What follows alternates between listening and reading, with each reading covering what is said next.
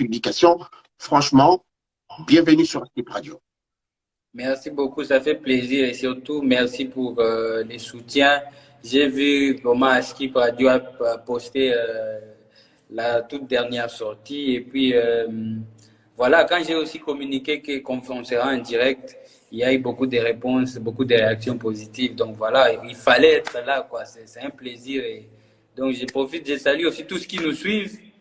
Et je veux qu'on soit encore plus nombreux, quoi. Partager, partager, comme ça on va. Partagez les directs, partagez les directs.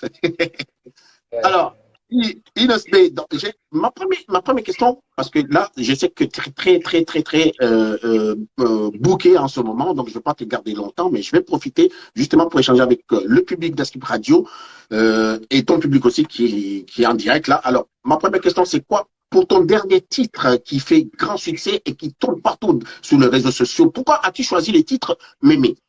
Ça signifie quoi, s'il te plaît? Même ça signifie mouton dans notre lingala à Kinshasa ici. Donc j'ai voulu ce titre-là parce qu'en fait ça prime sur toute la chanson. C'est les mots qui priment. Donc même partout, même vraiment partout. J'ai toujours cette habitude de choisir un titre qui reflète directement la chanson.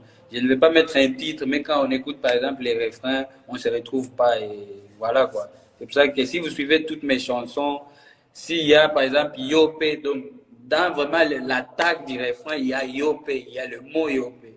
Si c'est Holandi, donc il y a Holandi. Si c'est Best, il y a donc. C'est ça, c'est ça. Ça fait quoi, Inos B? Ça fait quoi d'être le prince de l'Afro-Congo, le plus suivi sur les réseaux sociaux et partout, et notamment en Afrique et aussi partout dans le monde entier? Pardon, répétez encore la question, s'il vous Ça plaît. te fait quoi, ça te fait quoi justement dans ta tête? Quel effet ça te fait justement d'être le pape pour moi de l'Afro-Congo qui est le plus suivi sur les réseaux sociaux aujourd'hui, mais aussi et surtout en Afrique, mais aussi dans le monde entier? Bon, ça fait du bien. Aujourd'hui, je suis juste content que un esprit que j'ai essayé de faire véhiculer partout, que les gens ont adopté ça. Parce que l'Afro-Congo, comme je le dis souvent, c'est mon univers musical. Donc, j'essaie de Mhm.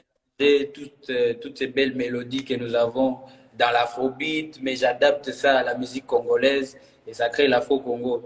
Ce que ça me fait en tout cas, c'est un bonheur énorme parce que c'est pas facile d'avoir une identité dans cette musique africaine qui est super large. Donc, C'est ça. c'est vraiment une chance. Et donc, je dois ça à tous mes fans qui sont toujours là pour moi, qui sont là avec moi, qui n'arrêtent pas de me suivre de près et puis me soutenir.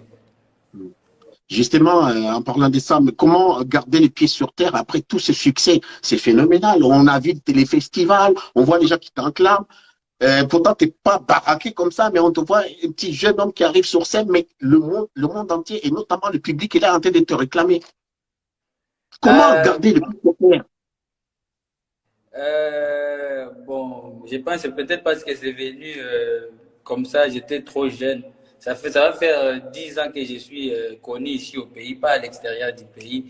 À l'extérieur Ici. du pays, je peux dire que dans quelques pays en Afrique, ça a commencé depuis 2015, mais ça s'est encore euh, aggravé en 2019 quand j'ai fait IOP, c'était vraiment l'explosion.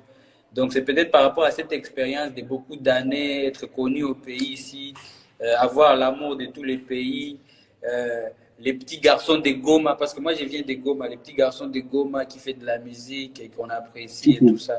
C'est peut-être cette expérience-là avec beaucoup d'années de travail, mais il n'y a pas grand-chose, il n'y a pas de secret, il n'y a pas de. Moi, j'ai pas l'habitude de penser que on est déjà arrivé. Il y a toujours beaucoup à apprendre, il y a beaucoup à puiser. Et voilà quoi. La vie, c'est une école qui ne finit jamais. Donc, ça continue, on continue à apprendre et puis voilà. Comment travailles-tu sur tes danses? T'improvises énormément ou bien tu réfléchis à chaque fois que tu danses et surtout tes chansons? Comment tu fais justement pour ça? En tout cas, honnêtement, c'est vrai que dans des spectacles, j'ai toujours l'habitude d'improviser. Mais pour mes clips, je sais que par exemple, c'est des chansons dansantes.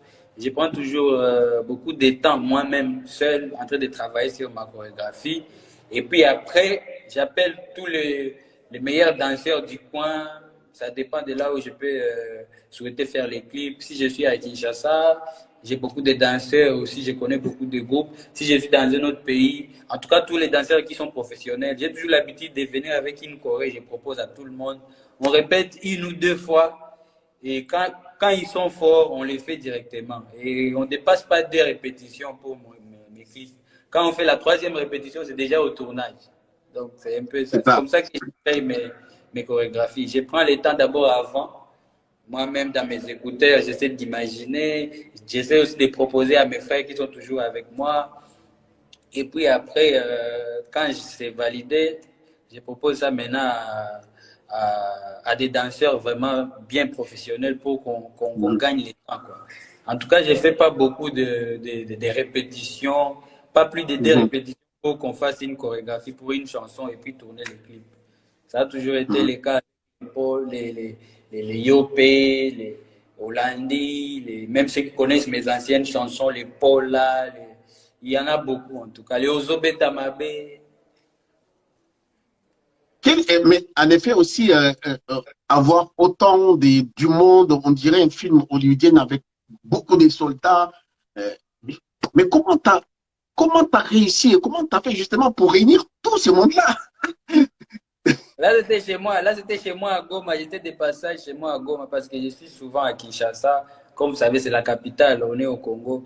Mais moi, c'est à Goma. Alors, j'étais de passage là-bas. Je voulais rendre hommage au Tchoukoudou. Je ne sais pas si vous savez, mais Non, non. les Tchoukoudou, c'est Ça comme veut les dire quoi? trottinettes en bois que vous avez vues là.